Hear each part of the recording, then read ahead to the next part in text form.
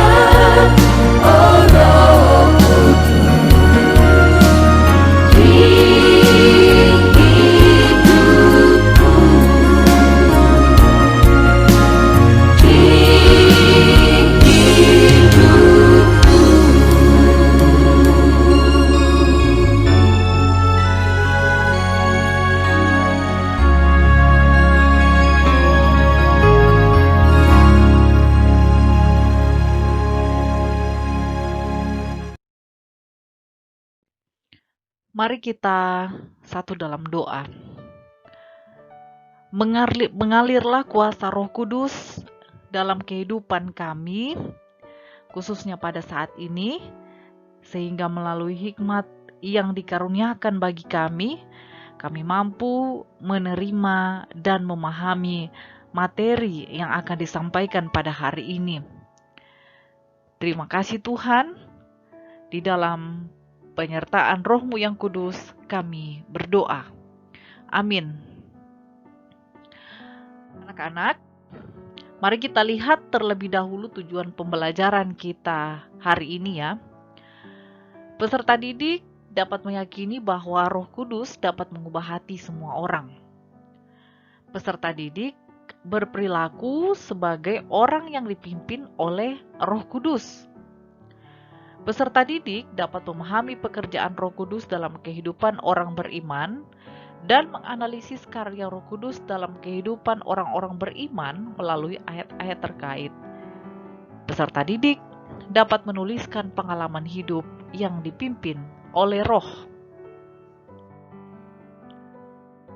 Baik anak-anak, kalau kita menyimak lagu yang kita nyanyikan di awal tadi, ada yang masih ingat judulnya? Ya, Mengalirlah Kuasa Roh Kudus. Kira-kira menurut kamu, kesan apakah yang kamu peroleh dari lagu tersebut? Atau peran apa yang dimainkan oleh Roh Kudus lewat gambaran lagu itu? Ada yang masih ingat? Ya, ada dua ya. Yang pertama, Roh Kudus mampu untuk memulihkan jiwa. Yang kedua, Roh Kudus mampu untuk menghapus air mata. Kita lanjut ya.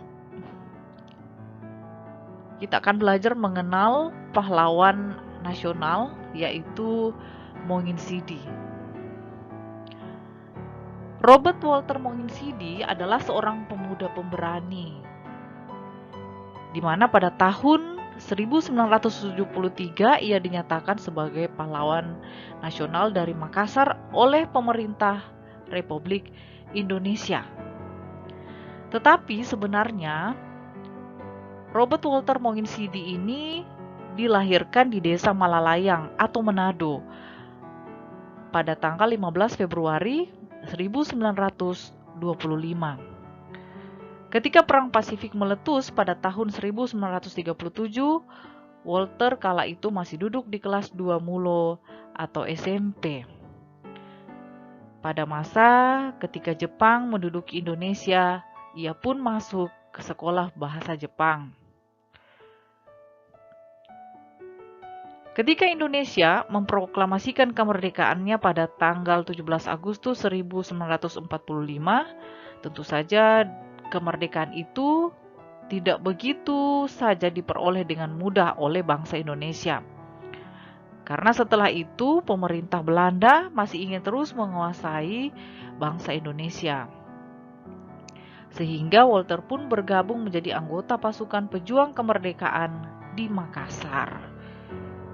Nama Walter Monginsidi segera menjadi terkenal di kalangan masyarakat Makassar setelah ia memimpin sebuah serangan terhadap pos tentara Belanda di kota itu pada tanggal 27 Oktober 1945. Nah, tidak jarang atau sering kali Monginsidi juga menyamar sebagai polisi tentara Belanda dan menyusup masuk ke dalam kota. Dengan cara itu ia dapat menemukan sasaran-sasaran serangan yang tepat. Nah, tentu saja ini menjadi masalah ya bagi Belanda. Karena hal tersebut menimbulkan kerugian yang sangat besar. Tetapi pada akhirnya Monginsidi sendiri dijatuhi hukuman mati oleh bangsa Belanda karena perlawanannya terhadap Belanda dan ia menolak untuk diajak bekerja sama oleh pihak Belanda. Uniknya, Robert Walter Monginsidi dengan tenang menghadapi pasukan yang akan menembaknya. Bahkan di tangan kirinya ia memegang secari kertas yang berisi kata-kata setia sampai mati. yang diambil dari Wahyu pasal 2 ayat 10. Berkata demikian, "Jangan takut terhadap apa yang harus engkau derita. Sesungguhnya iblis akan melemparkan beberapa orang dari antaramu ke dalam penjara, supaya kamu dicobai dan kamu akan beroleh kesusahan selama 10 hari. Hendaklah engkau setia sampai mati, dan aku akan mengaruniakan kepadamu mahkota kehidupan." Itu tadi ya, kisah Moin Sidi. Lalu di tangan kanannya, ketika dia memegang kertas, di tangan kanannya itu mengacung ke atas ya, lalu dia berteriak merdeka sebelum butiran peluru menembus dadanya. Dengan ketegaran dan keteguhan hati, ia menghadapi moncong-moncong senjata yang dibidikan kepadanya dan menolak ketika matanya akan ditutup. Bahkan ia berucap, "Dengan hati dan mata terbuka, aku ingin melihat peluru penjajah menembus dadaku." Nah, anak-anak, kekuatan apa yang dapat membuat Robert Walter Monginsidi mampu untuk menghadapi persoalan, mampu untuk bahkan menghadapi kematiannya pada saat itu melalui hukuman tembak yang dijatuhi oleh Belanda kepada dia. Tentu saja secara manusia, kalau dipikir-pikir ya, secara manusia siapa sih yang mau mati ditembak? Nah, ibu rasa tidak ada. Sehingga karena Robert Walter Monginsidi adalah seorang yang beriman kepada Tuhan, maka dia menyerahkan hidupnya kepada Tuhan. Sehingga ketika ia hendak menghadapi kematian, ia tidak merasa takut. Kekuatan itu berasal dari Tuhan. Kekuatan itu adalah kekuatan yang dikaruniakan Tuhan kepada Monginsidi melalui Roh Kudus. Sehingga ia dengan yakin dapat berkata bahwa dia akan setia sampai akhir. Baik anak, mari kita lihat contoh tokoh Alkitab yang hidupnya dipimpin atau dikuasai oleh roh, ya. Kalau dalam perjanjian lama itu ada Daud ya. Dapat kita lihat dalam 1 Samuel pasal 16 ayat 13.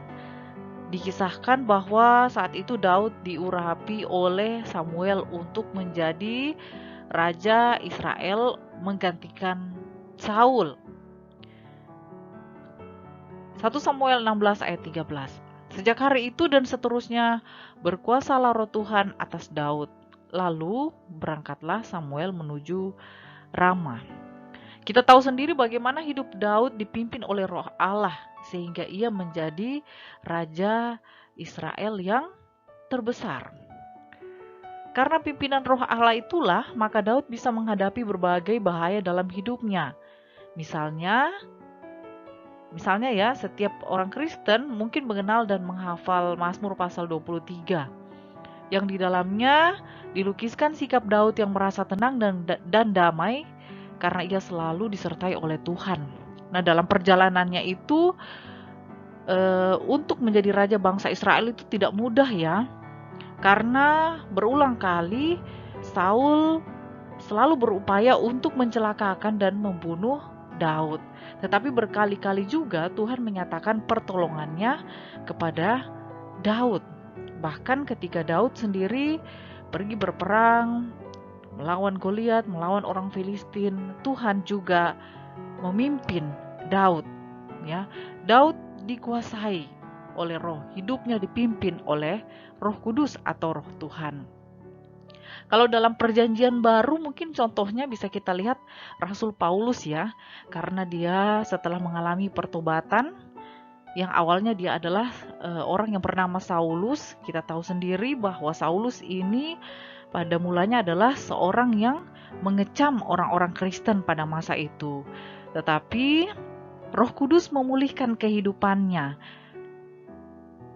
Dia bahkan berbalik menjadi seorang pemberita Injil yang berani untuk menyampaikan kebenaran Injil kepada orang-orang yang belum percaya, menyatakan kuasa Allah melalui Yesus Kristus. Anak-anak, terkait dengan pengalaman Daud tadi di dalam kitab Mazmur pasal 23, mari kita perhatikan dengan seksama lagu berikut ini. Ibu mohon kalian untuk mencatat kira-kira menurut kamu apa arti lagu tersebut dalam kehidupanmu, ya. Selamat menyimak.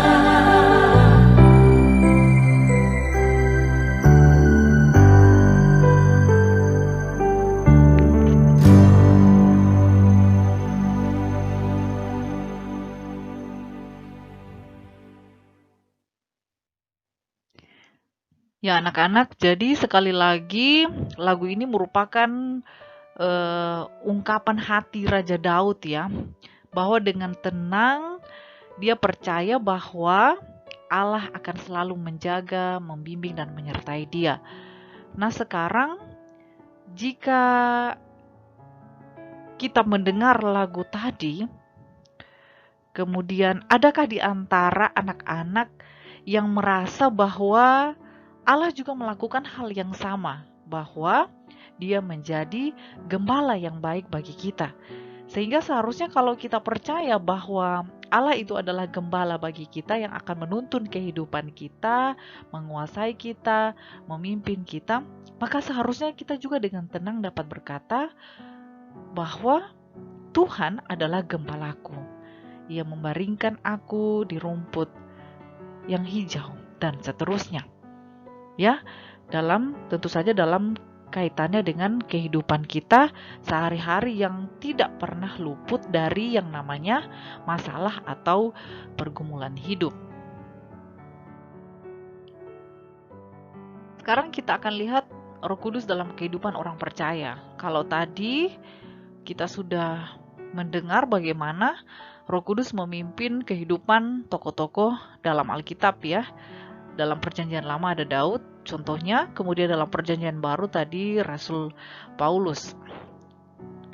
Nah, dalam kehidupan orang percaya, khususnya sejarah gereja, itu kita menemukan orang-orang yang hidupnya juga dikuasai oleh Roh, sehingga mereka menjadi orang-orang yang pemberani. Di sini contohnya yang pertama ada Polikarpus ya, sekitar tahun 69 sampai 155 Masehi. Beliau adalah seorang uskup dari Smyrna. Kalau sekarang disebut Izmir, yang berada di Turki. Ia ditangkap karena menolak untuk menyembah Kaisar Roma. Lalu kemudian ia mati sebagai seorang syuhada. Ia diikat lalu dibakar sampai mati. Menurut kisahnya, ia ditusuk tewas karena api yang dimaksudkan untuk membakarnya itu tidak mampu menyentuhnya. Nah, ia dicatat pernah berkata seperti ini pada hari kematiannya. 86 tahun aku telah melayani dia, dan dia tidak pernah melakukan kesalahan padaku. Jadi bagaimana aku menghujat raja dan juru selamatku? Lakukanlah apa yang ingin kau lakukan. Polikarpus dengan berani menyatakan kalimat tersebut ya. Bahkan sekalipun nyawa yang menjadi taruhannya, dia tidak mau menyembah kaisar ya. Dia tetap menyembah kepada juru selamatnya. Tokoh yang kedua adalah Martin Luther. Martin Luther merupakan tokoh dalam sejarah gereja yang kita kenal dalam sejarah reformasi gereja. Dia berani melawan gereja dan paus pada waktu itu. Dia dipanggil. Ketika dia dipanggil dalam sebuah persidangan tahun 1521 yang dipimpin oleh Kaisar Karl kelima, Pangeran Frederick III, pangeran dari Sachsen, memperoleh jaminan keselamatan bagi Luther untuk menghadiri persidangan itu. Johann Eck yang berbicara atas nama Kaisar mengajukan salinan-salinan tulisan Luther di atas meja dan bertanya, apakah buku-buku itu memang tulisannya dan apakah ia tetap berpegang pada isinya? Nah, Luther mengakui semuanya ya, tetapi ia meminta waktu untuk menjawab pertanyaan yang kedua. Ia berdoa, berkonsultasi dengan teman-temannya, dan esok harinya ia menjawab demikian. Apabila aku tidak diyakinkan oleh kesaksian kitab suci atau oleh penalaran yang jelas, karena aku tidak percaya kepada paus atau dewan semata-mata, karena sudah diketahui dengan luas bahwa mereka seringkali keliru dan bertentangan satu sama lain, aku terikat pada kitab suci yang telah kukutip dan hati nuraniku diikat oleh firman Allah. Aku tidak dapat dan tidak akan mencabut satu kata pun, karena tidaklah aman dan tidak benar bila aku menolak hati nuraniku. Semoga Allah menolong aku. Nah, sehingga selama 5 hari kemudian rapat-rapat tertutup diadakan untuk menentukan nasib Luther ya. Kaisar pun mengajukan rancangan Diet Worms pada 25 Mei 1521 yang isinya menyatakan Luther sebagai pelanggar hukum. Tulisan-tulisannya pada masa itu dilarang beredar dan ia harus segera ditangkap. Juga dinyatakan bahwa di seluruh Jerman tak seorang pun boleh memberikan makanan atau perlindungan kepada Luther atau mereka akan dijatuhi hukuman juga. Darahnya dianggap sah untuk dicurahkan, sehingga nyawa Luther pun terancam. Tetapi anak-anak, tahukah bahwa Luther tidak mundur walau selangkah? Apa yang membuat Polikarpus dan Martin Luther itu menjadi kuat? Tidak lain adalah kuasa Roh Kudus. Nah, ketergantungan manusia terhadap pimpinan Roh Kudus tentu saja yang pertama adalah Roh Kudus itu menyadarkan manusia akan dosanya, sehingga manusia harus terus berserah kepada Roh Kudus. Manusia tidak dapat menyadari akan dosa-dosanya jika hanya mengandalkan dirinya sendiri, sehingga dia membutuhkan Roh Kudus. Kemudian yang kedua, Roh Kudus menghibur dalam kesusahan. Ya, jadi manusia tidak lepas dari yang namanya penderitaan ya atau kesusahan. Roh Kudus akan menghibur dalam kesusahan. Roh Kudus memberi pengertian dan pertumbuhan.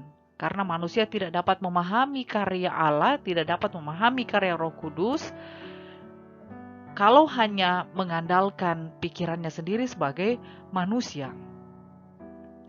Roh Kudus menyertai. Kalau kita lihat dari pahlawan nasional, tokoh dalam sejarah gereja, tokoh-tokoh Alkitab, itu Allah yang telah menyertai mereka melalui Roh Kudus atau Roh Tuhan. Sehingga kita sebagai manusia juga sebenarnya seperti itu ya. Kita tidak bisa lepas dari pimpinan Roh Kudus. Hidup kita sebagai manusia tergantung terhadap pimpinan Roh Kudus. Artinya kita membutuhkan Roh Kudus, kita membutuhkan Roh Tuhan untuk hidup, untuk menjalani kehidupan di tengah-tengah dunia ini. Anak-anak, kita akan lanjut pada lembar kerja peserta didik ya. Anak-anak, Ibu silahkan nanti untuk membuka lembar kerja peserta didik yang Ibu share melalui Google Classroom. Kemudian silakan mengerjakan sesuai dengan waktu yang telah ditentukan. Sebelum anak-anak lanjut ke lembar kerja peserta didik, kita akan mengakhiri materi yang Ibu sampaikan pada saat ini melalui doa. Mari kita berdoa. Terima kasih Tuhan, kami memuji dan membesarkan nama-Mu dalam kehidupan kami. Kami bersyukur karena kami telah menyelesaikan, kami telah menerima, mendengarkan, menyimak materi tentang hidup yang dipimpin oleh Roh. Kami belajar banyak hal dari tokoh-tokoh Alkitab dan tokoh-tokoh gereja yang hidupnya telah dipimpin oleh Roh Kudus. Mampukan kami untuk terus hidup di dalam penyertaan Roh Kudus-Mu, sehingga kami juga mampu untuk menghadapi kenyataan hidup di tengah-tengah dunia ini, menjalani kehidupan kami sebagai manusia berdosa. Ampuni dosa kami, di dalam nama Yesus kami berdoa. Amin.